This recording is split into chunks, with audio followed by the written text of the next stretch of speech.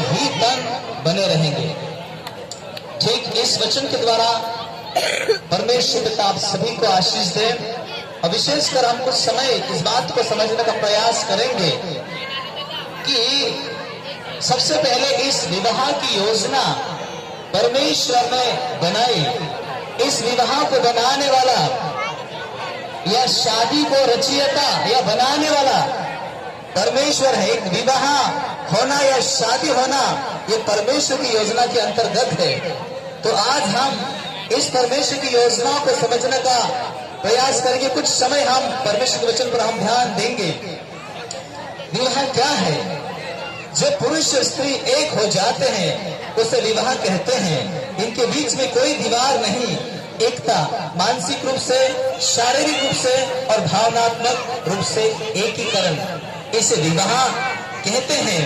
विवाह सब प्रकार के संबंधों को छोड़कर अपने जीवन साथी में किसी व्यक्ति पर पूर्ण ध्यान केंद्रित करना, इसे विवाह कहा जाता है। विवाह एक पुरुष और एक स्त्री के बीच आजीवन समर्पण की गंभीर वाचा है, जिसे प्रेम की वाचा भी कहा जाता है। विवाह एक व्यक्ति का अंतिम समर्पण है, जिसे सिर्फ व्यक्ति ही अलग कर सकती है। अब इन सारे बातों में हम एक बात को देखते हैं, परमेश्वर ने सब कुछ बनाया, पेड़ पौधे, पशु पक्षी, समुद्र और समुद्र की मछलियां, जो कुछ परमेश्वर ने बनाया मेरे प्रियजन अपने शब्द मात्र के द्वारा बनाया। जैसा परमेश्वर कहते गया और वह निर्मित होता गया या वह बनता गया। परंतु सब कुछ बनाने के बाद परमेश्वर ने कहा अच्छा है। परंतु परमेश्वर ने देखा कि आदम को अकेला रहना अच्छा नहीं है। जो अच्छा नहीं है इसे अच्छा या उत्तमता में परिवर्तित करने के लिए परमेश्वर ने एक स्त्री को बनाया। शास्त्र भाव पवित्र बाइबल के अनुसार इस प्रकार कहा गया है कि परमेश्वर ने जब कल्पना की, जब परमेश्वर ने विवाह की योजना बनाई, तब परमेश्वर ने इस बात को सामने रखा कि हम उसका साथ निभाएंगे। इस प्रकार का विवाह में एक वाचा या बंधन होता है मेरे प्रियजनों, और खास करके उसी बात को हम देखने वाले हैं। हम पवित्र शास्त्र के अनुसार एक किताब को पढ़ेंगे जिसमें हमें कुछ बातें समझ में आएगा, और उसके बाद हम आगे प्रतिज्ञा विवाह की विधि में जाएंगे। इसमें कोई मलाकी किताब निकाले, मलाकी का किताब, उसका दूसरा अध्याय 14 वचन। ओके, मुझे मिला, मैं पढ़ता हूं। इसलिए यहोवा तेरे और तेरी उस जवानी के संग में ब्याही हुई स्त्री के बीच साक्षी हुआ, जिससे तूने विश्वासघात किया। क्या उसने एक ही नहीं बनाया, जबकि और आत्मा उसके पास थी और एक ही को तू बनाया, इसलिए कि वहां परमेश्वर की योग्य संतान चाहता है। इसलिए तुम अपनी आत्मा के विषय में चौकस रहो। तुम में से कोई अपनी जवानी की स्त्री को विश्वासघात ना करे, क्योंकि मैं इस्राएल का परमेश्वर यहोवा यहाँ कहता हूं, मैं स्त्री त्याग से घृणा करता हूं। अभी यहाँ पर हम जो एक वचन को हम देखते हैं, इसलिए क्योंकि यहोवा तेरे और तेरी उस जवानी के संगी ब्याही हुई स्त्री के बीच साक्षी हुआ। आज हम इस बात को देखते हैं जहां ईश्वर और रिया एक विवाही बंधन में बंधे हैं और इस विवाहित जीवन को हम आशीष करने के लिए जा रहे हैं। तो इस बीच में इनके जो एक दूसरे को प्रतिज्ञा करेंगे, वाचा बांधेंगे, इस बीच में परमेश्वर पिता इनका साक्षी रहेगा। और यहाँ पर बैठे हुए तमाम लोग जो यहाँ पर मौजूद है, वे सभी लोग इनका विवाह का प्रत्यक्ष साक्षी है या गवाह है।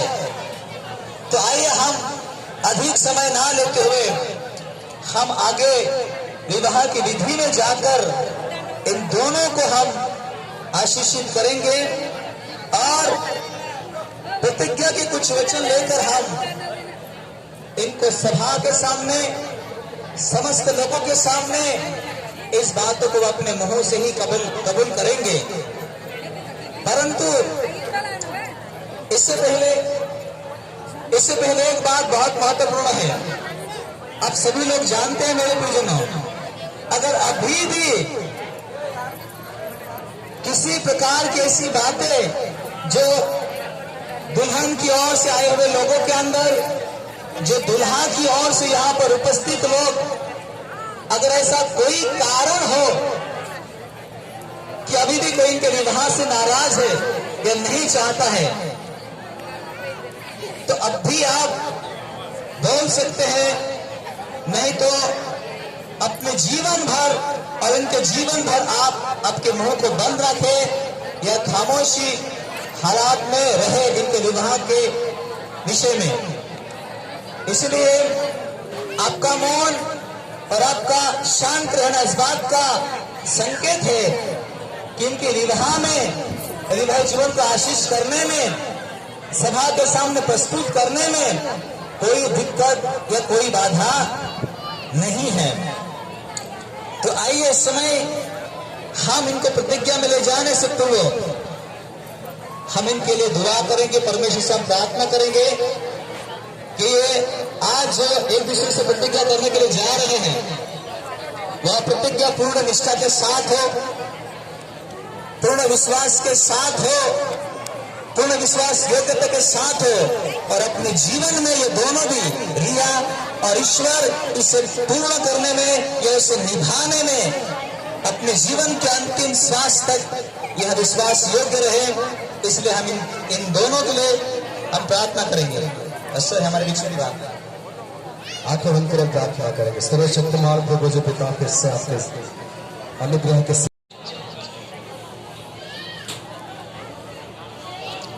इस समय अधिक समय ना लेते हुए हम विवाह की विधि को संपन्न करेंगे। इस समय मैं ईश्वर से पूछना चाहूंगा या दुल्हा से पूछना चाहूंगा, और ईश्वर हाँ के साथ उसका जवाब देंगे। ओके, ठीक ठीक।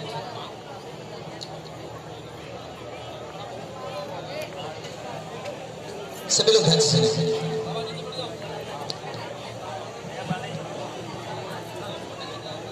ठीक ठीक।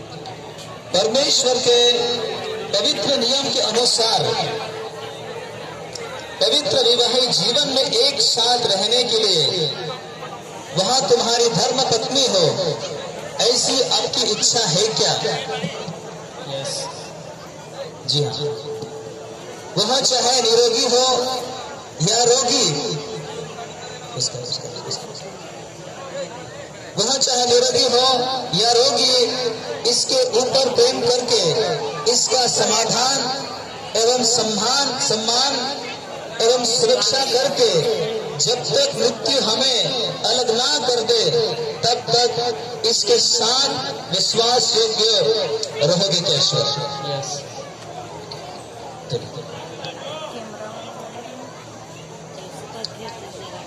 परमेश्वर के नियम के अनुसार पवित्र वैवाहिक जीवन में एक साथ रहने के लिए वहां तुम्हारा पति हो, ऐसी आपकी इच्छा है क्या?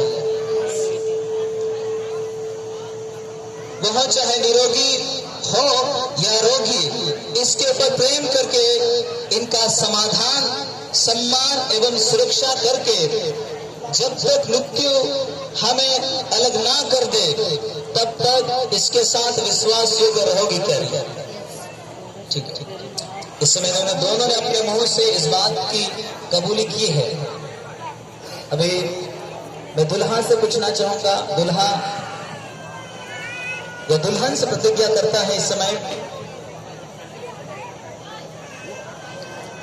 ईश्वर अपना दाहिना हाथ दुल्हन का हाथ, दाहिने हाथ से दुल्हन का हाथ पकड़े और ईश्वर हमारे बीच में है। जैसे मैं बोलूंगा उसके मेरे पीछे ईश्वर इस बात को दोहराएंगे। मैं ईश्वर परमेश्वर के पवित्र नियम के अनुसार रिया मेरी धर्म पत्नी करके मैं तुझे इस सभा के सम्मुख इस सभा के सम्मुख एवं परमेश्वर को एवं परमेश्वर को गवाह मानकर गवाह मानकर स्वीकार करता हूँ। स्वीकार करता हूँ। आमीन। ठीक है, दुल्हन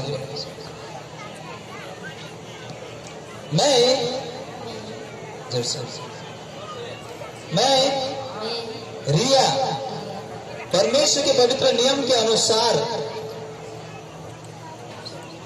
परमेश्वर के पवित्र नियम के अनुसार ईश्वर मेरा विवाहित पति करके इस सभा के सामने और परमेश्वर को साक्षी मानकर मैं तुझे स्वीकार करती हूँ।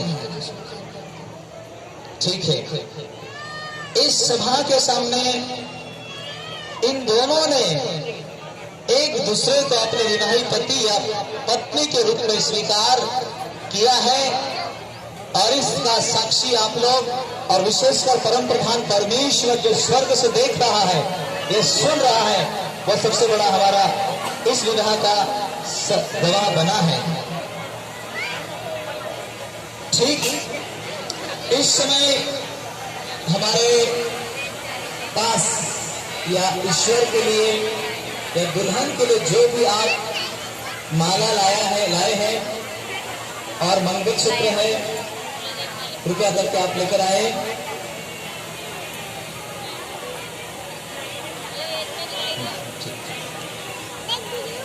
और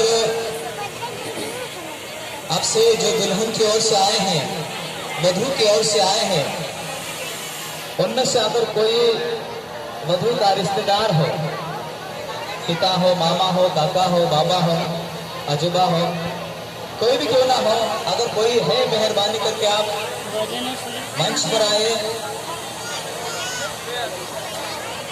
कोई लड़की के पक्ष का या लड़की की ओर से कोई भी रिश्तेदार होगा, कृपया करके आप आगे आइए। सुरेश जाओ ने अपनी बेटी या बल्ले अपनी जो लड़की है उसका हाथ ईश्वर के हाथ में देकर जाओ ने अपनी ओर से सहमति जाहिर करेंगे।